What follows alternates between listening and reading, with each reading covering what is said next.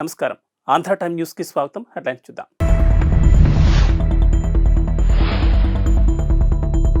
వైసీపీలో బుజ్జగింపుల పర్వం షురు. జగన్ నచ్చజెప్పిన నిర్ణయం మార్చుకోని పార్థసారథి.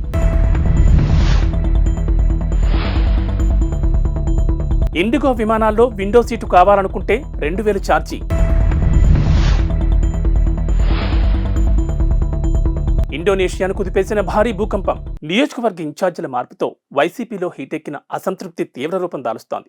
వచ్చే ఎన్నికల్లో టికెట్ రాదని తెలిసిన నేతలు ఒక్కొక్కరుగా పార్టీని వీడేందుకు సన్నద్ధమవుతున్నారు. ఈ నేపథ్యంలో బుజ్జగింపుల పర్వం మొదలైంది. పార్టీ తీరుపై తీవ్ర అసంతృప్తితో ఉన్న పెనమలూరు ఎమ్మెల్యే కొలుసు పార్థసారథిని జగన్ నిన్న తన కార్యాలయానికి పిలిపించి 20 నిమిషాలకు పైగా మాట్లాడారు. పార్టీని వీడొద్దని, సముచిత స్థానం కల్పిస్తామని హామీ ఇచ్చినట్లు తెలుస్తోంది. అయినప్పటికీ ఆయన ముభావంగానే ఉన్నట్లు సమాచారం. వైసీపీ సాధికార బస్సు యాత్రలో పార్థసారథి ఇటీవల అందరి ముందు తన అసంతృప్తిని వెళ్లగక్కారు. జగన్ తనను గుర్తించకపోయినా పెనమలూరు ప్రజలు మాత్రం తనకు ఎప్పుడూ మద్దతుగానే ఉన్నారని పేర్కొన్నారు. ఆయన చేసిన ఈ వ్యాఖ్యలు ఊహాగానాలకు కారణమయ్యాయి. ఆయన పార్టీని వీడబోతున్నారంటూ ప్రచారం మొదలైంది. ఈ నేపథ్యంలో గత వారం రోజులుగా ఎమ్మెల్యే కైలే అనిల్ కుమార్ జగన్ సూచనతో పార్థసారథికి నచ్చజెప్పేందుకు ప్రయత్నిస్తున్నారు. అందులో భాగంగానే నిన్న ఎమ్మెల్సీ మర్రి రాజశేఖర్, అనిల్ కలిసి పార్థసారథిని ముఖ్యమంత్రి వద్దకు తీసుకెళ్లారు.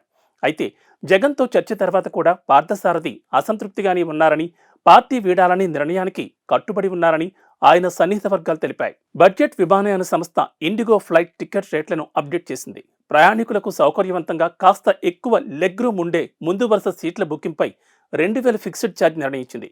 ఇక విండో సీటు బుకింగ్ పై 2000 ఛార్జ్ చెల్లించాల్సి ఉంటుందని ఇండిగో వెబ్సైట్ పేర్కొంది. 222 సీట్లు ఉండే A321 విమానం ముందు వరుసలో విండో సీట్ బుకింగ్ పై 2000, నడకదారి సీటు బుకింగ్ పై 1500, అదే వరుసలోని 2వ, 3వ సీట్ల బుకింగ్ పై 400 ఛార్జీలు ఉంటాయని తెలిపింది.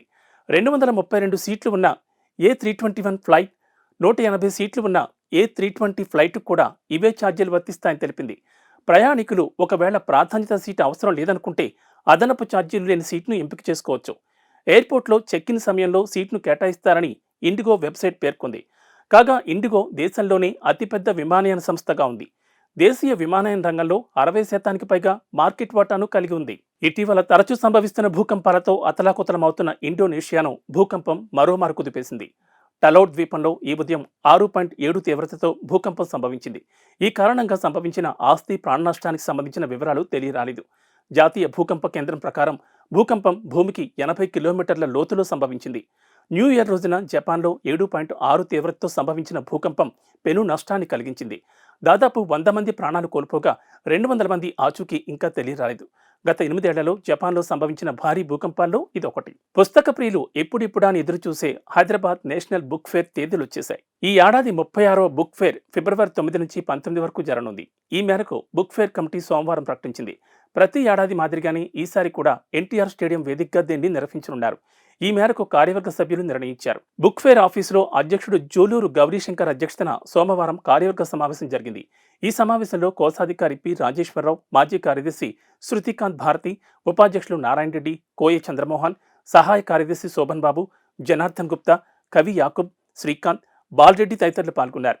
కమిటీ కొత్త సెక్రటరీగా ఆర్ వాసు బాధ్యతలు స్వీకరించారు. పుస్తక ప్రియులు, పాఠకులు ఈ ఏడాది బుక్ ఫేర్ అవకాశాన్ని సద్వినియోగం చేసుకోవాలని కార్యవర్గ సభ్యులు కోరారు. ఎవరి కాళ్ళు పడితే వారిని పట్టుకోవాల్సిన అవసరం తనకు లేదని, తనకు ప్రాధాన్యం ఇచ్చిన జగన్ కాళ్ళు తప్ప మరెవరివి పట్టుకోబోనని ఏపీ డిప్యూటీ సీఎం నారాయణస్వామి పేర్కొన్నారు. తాను కాళ్ళు పట్టుకున్నానంటూ వస్తున్న విమర్శలకు ఆయన ఇలా బదులిచ్చారు. ఎస్సీ నియోజకవర్గంలో టిక్కెట్ల కోసం ఇప్పుడు వస్తున్న వారు ఒకప్పుడు జగన్ను విమర్శించారని, కాబట్టి నమ్మకస్తులకు టిక్కెట్లు ఇవ్వాలని సీఎంకు విన్నవిస్తున్నట్లు చెప్పారు. స్థానిక సంస్థల ఎన్నికల్లో భాగంగా పెనుమూరులో ఓ పెద్ద ఆయనకు బీఫారాలు ఇస్తే ఇప్పుడు ఆయన తనకు వ్యతిరేకంగా మాట్లాడుతున్నారని ఆగ్రహం వ్యక్తం చేశారు.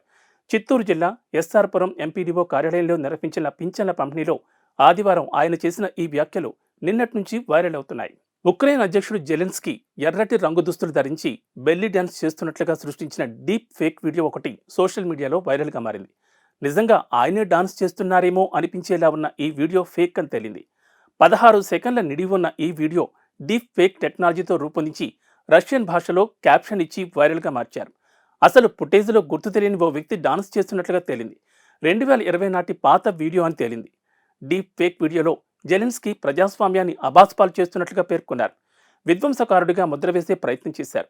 కాగా రాజకీయాల్లోకి ప్రవేశించక ముందు జెలెన్స్కీ వినోద రంగంలో ప్రతిభను చాటుకున్నారు. పలు సినిమాల్లో నటించడంతో పాటు డాన్స్ షోల్లో కూడా పాల్గొన్నారు. అయోధ్య రామాలయ ప్రారంభోత్సవానికి శరవేగంగా పనులు జరుగుతున్న వేళ రామయ్యకు అత్తారింటి నుంచి కానుకలు వెలువెత్తున్నాయి. సీతాదేవి జన్మించిన నేపాల్లోని జనక్పూర్ నుంచి 3,000కు పైగా బహుమానాలు అయోధ్యకు చేరుకున్నాయి. వీటిలో వెండి పాదరక్షలు, ఆభరణాలు, దుస్తులు, వెండి విల్లు వంటివి ఉన్నాయి.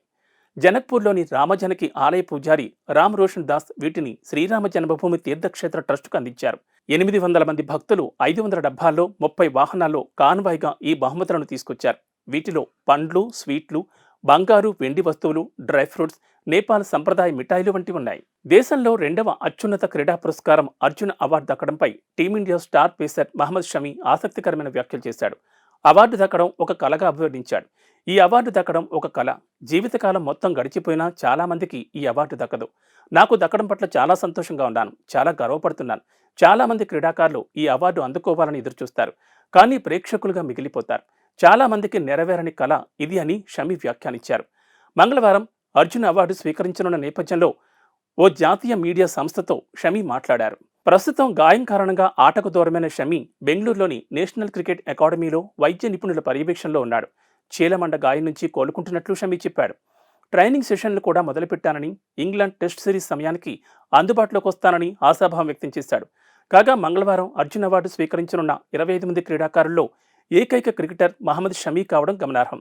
ఇక బీసీసీఐ ప్రత్యేక అభ్యర్థన మేరకు షమి పేరు అవార్డును నామినేట్ అయింది. కాగా భారత్ వేదికగా గత ఏడాది ముగిసిన వన్డే వరల్డ్ కప్లో షమి అద్భుతంగా రాణించాడు. కేవలం 7 మ్యాచ్లాడి 24 వికెట్లు తీశాడు. టోర్నమెంట్లో అత్యధిక వికెట్లు తీసిన ఆటగాడిగా నిలిచాడు. తెలంగాణ ప్రభుత్వం అభయహస్తం కింద ఇచ్చిన హామీల అమలుకు ప్రజల నుంచి దరఖాస్తులు స్వీకరించిన సంగతి తెలిసిందే.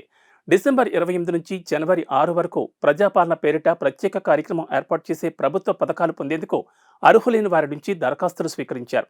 ఈ దరఖాస్తులు అందించేందుకు కొన్ని చోట్ల గంటల కొద్దీ క్యూ లైన్లలో నిలబడి ఎన్నో వ్యయ ప్రయాసాలు కోర్చి తమ అప్లికేషన్లను ప్రజలు అధికారులకు అందించారు. అయితే ప్రజలు అంత కష్టపడి సమర్పించిన ప్రజాపాలన దరఖాస్తులు హైదరాబాద్లో నడి రోడ్డుపై ప్రత్యక్షమయ్యాయి. ఓ వ్యక్తి బైక్పై వాటిని తరలిస్తుండగా రోడ్డుపై ఎగిరిపడ్డాయి. వాటిని చూసిన స్థానికులు విస్మయం వ్యక్తం చేశారు. హైదరాబాద్ కూకట్పల్లి వై జంక్షన్ వైపు నుంచి వెళ్తుండగా బాలానగర్ వంతెనపై చిందరవందరగా పడ్డాయి. దీంతో ఆ బైక్పై ఉన్న వ్యక్తి కింద పడిన దరఖాస్తులను తీసుకుంటుండగా స్థానికులు గమనించారు. ఎవరో ర్యాపిడోలో బుక్ చేస్తే తాను తీసుకుని వెళ్తుండగా అట్టపెట్టి తిరిగి దరఖాస్తులు రోడ్డుపై పడ్డాయని ఆ వ్యక్తి వివరించాడు. ఇతర వివరాలు తెలియదని చెప్పాడు. అట్టపెట్టిలో 500కు పైగా దరఖాస్తులుండగా వాటిపై హయత్ నగర్ సర్కిల్ పేరు రాసుంది. అసలు సంబంధం లేని ప్రాంతానికి అవి ఎందుకొచ్చాయన్నది ప్రశ్నార్థకమైంది. ప్రజాపాలన దరఖాస్తులు ఇలా నిర్లక్ష్యంగా ఓ చోటు నుంచి మరో చోటుకు తరలించడంపై ప్రజలు ఆగ్రహం వ్యక్తం చేస్తున్నారు. తాము పనులు చెడగొట్టుకుని గంటల తరబడి లైన్లలో నిల్చుని పథకాలు వస్తాయన్న ఆశతో అప్లికేషన్లు ఇస్తే ఇలా నిర్లక్ష్యంగా వ్యవహరిస్తారా అని మండిపడుతున్నారు. ములుగు జిల్లా కమలాపురంలో బల్లాపూర్ ఇండస్ట్రీస్ లిమిటెడ్ కంపెనీ పునరుద్ధరణపై సీఎం రేవంత్ రెడ్డి సీనియర్ అధికారులతో సమీక్ష నిర్వహించారు. ఈ మిల్లులో వస్త్రాల తయారీకి ఉపయోగించే కలప గుజ్జు తయారవుతోంది. 2014లోనే ఈ మిల్లు మూతపడింది. దీంతో చాలా కార్మిక కుటుంబాలు ఉపాధి కోల్పోయాయి. వీరందరికీ ఉపాధి కల్పించడంతో పాటు స్థానికంగా ఉద్యోగ కల్పనకు వీలుగా ఈ మిల్లును తిరిగి తెరిపించేందుకు సీఎం చొరవ చూపారు. నేషనల్ కంపెనీ లా ట్రిబ్యునల్ తీర్పు ప్రకారం ప్రస్తుతం బిల్ట్ కంపెనీ ఆస్తులు Finquest financial solutions private limited అధీనంలో ఉన్నాయి. ఆ company MD Hardik Patel, ITC paper boards division CEO Vadiraj కులకర్ణితో పాటు సంబంధిత అధికారులతో సీఎం రేవంత్ రెడ్డి సోమవారం సమావేశమయ్యారు. ఫ్యాక్టరీని పునరుద్ధరించాలని ఆలోచనను వారితో పంచుకున్నారు. ప్రభుత్వం తరపున తీసుకోవలసిన చర్యలు, సాధ్యాసాధ్యాలను చర్చించారు. ఏపీఎస్ఆర్టీసీ ఉద్యోగులకు ప్రభుత్వం గుడ్ న్యూస్ చెప్పింది. నైట్ హాల్ట్ భత్యాన్ని ఫిబ్రవరి 1న జీతంతో పాటే ఇచ్చేందుకు సంస్థ ఈడీ బ్రహ్మానందరెడ్డి హామీ ఇచ్చారని ఎంప్లాయీస్ యూనియన్ తెలిపింది. ఈ అంశంపై సోమవారం ఆయనతో చర్చించినట్లు యూనియన్ అధ్యక్ష ప్రధాన కార్యదర్శులు పలిశెట్టి దామోదర్రావు, నరసయ్య తెలిపారు. మిగిలిన బత్యాలు, బకాయిలతో సహా ఉద్యోగులకు వచ్చేలా చర్యలు తీసుకోవాలని కోరినట్లు ఆ ప్రకటనలో తెలిపారు.